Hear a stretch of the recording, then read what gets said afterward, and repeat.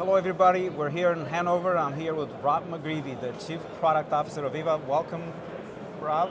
Thank you. I've always been inspired by your work, energizing a lot of people on scene. So today we're talking about a new concept, industrial intelligence as a service. And maybe we'll start with, what does it mean to you? The first time I heard it from you, so maybe, and how does it differ from a traditional data analytics of capabilities? Yeah, I think it's a great question actually, and I think one of the things is that industrial intelligence as a service differs, first of all, from traditional systems and sources by bringing together different disciplines of ET, IT, and OT. So think about engineering data, operational data, process production data, fusing that all together to create net new value realization. That to me is really the essence of it, is taking the different islands of automation or silos of data and information, bringing those together in net new ways so that we can realize, new value and new use cases. That's really the short piece of it. And let's talk about that. How does that become a competitive advantage for industrial business? How do you leverage that? For sure. Well, there's lots of different ways. Depending upon the industry or the vertical market that we see or the problem space, the value itself can sort of realize in different ways. So as an example, on the engineering or EPC side, digitizing your digital assets can sort of reduce the cost complexity across the design build life cycle, for example. So that's one way in which the sort of industrial intelligence as a service manifests in the design side of the business. And the operations side, similarly, by having access to all this information and making that available to analytics, for example, can unlock new levels of reliability center maintenance, production performance gains, for example. And then even beyond that, we're seeing all new avenues of growth by creating communities of data within this sort of intelligence as a service. And by that I mean the ability for us to carve out parts of that industrial information in a very secure way and make that available to different communities. For example, power producers and power purchasers, as an example. We can make that information all available to those parties in a great new way to sort of set up online marketplaces and brokerages. So those are just a few different examples of what we see. Right, very quick. And we'll drill deeper into some of them, perhaps just on adopting this data-centric approach in a way that transform the industries, achieve sustainability and efficiency goals. Why is that? Why is adopting a data-centric approach a way forward to transform this industry? Well, you have to have trusted data for any of these things to work, right? If you think about any kind of program, reliability programs, sustainability programs, engineering programs, it's all predicated on having trusted, accurate process, production, design information. That's sort of like an ante into the game. You need that trusted data, otherwise all the analytics, all the reporting, all the things that you would act on are dubious, right?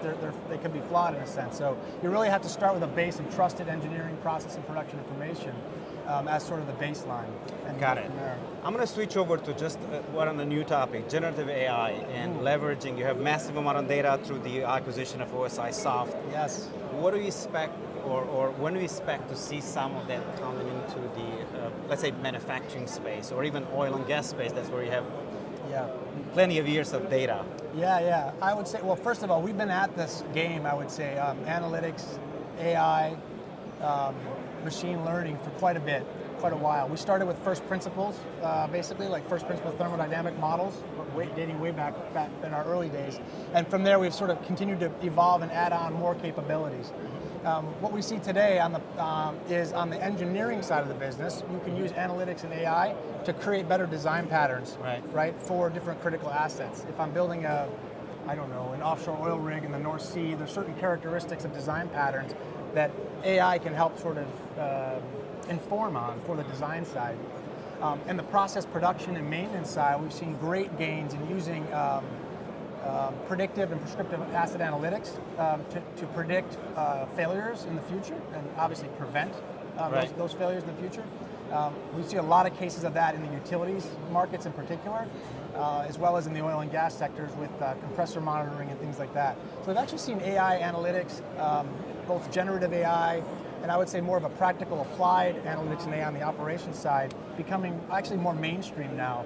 Right. It really started with a lot of the heavy process industries and a lot of the sort of asset-intensive industries, and now we're seeing it make its way into the rest of the hybrid sectors. And I came away from the breakfast this morning with one of the comment that was made around, letting the process engineer do his role. He doesn't need to worry about AI. And I think it was alluded to what might be coming down to be able to have the engineer that's process engineer being able to leverage the tools in a conversational way and get the responses perhaps. Yes. Am I getting there? Yeah, Are absolutely. models No. in the background that are getting trained? Yes. I'm pushing a little bit. Yeah, That no, it's probably very true. Absolutely. So we do that. The goal here is like it's not technology for the sake of technology. We Right. don't. We want process engineers. We want production planners. We want schedulers. We want maintenance techs to perform their work, not have to become programmers or coders Right. or scripters, right? And so one element of what we try to do is make it very human centered and very use case centered and very persona driven. So in your case in point, if I'm a process engineer, I just may want to ask for specific outcomes and have the analytics and the tool sets return those results. We can do that visually using some of our visualization technologies to make that easier. Right. And we're even starting to experiment, obviously, with GPT and some of the sort of large language models and things that you hear sort of from a lot of different places these days. And we're actually super excited about some of that technology because we think it can actually simplify that interface you're describing earlier Right. between humans, essentially, and obviously the advice that the technology provides. It was just this Gartner Analytics, and they had an example, for instance, how even numbers, right, financial data, it was trained just on the financial data of the company. So executives had it in the fingertip versus waiting for the reports to come down. So similarly, adding into a manufacturing process or oil and gas, whatever it might be, to get insight much faster. Absolutely. And leveraging that. So. Yeah, and look, and it's not that long, it's not that far away because like take a maintenance case, like we capture case data about like anomalies, just as an example, in maintenance, where I log cases of things where, hey, this anomaly occurred, we did an inspection, here's the steps that we took. If you build up that library, that repository, what you can actually do is start to throw analytics at that and start to use language models to sort of process what those results are. So instead of somebody searching through a database of cases, you can use sort of plain English language to sort of query against, hey, the last 5 times we had this issue, what did we do to solve it? And so it's quite exciting that I think you'll start to see some of those use cases come to fruition here in the near future. All right, thank you very much, Rob. Very good.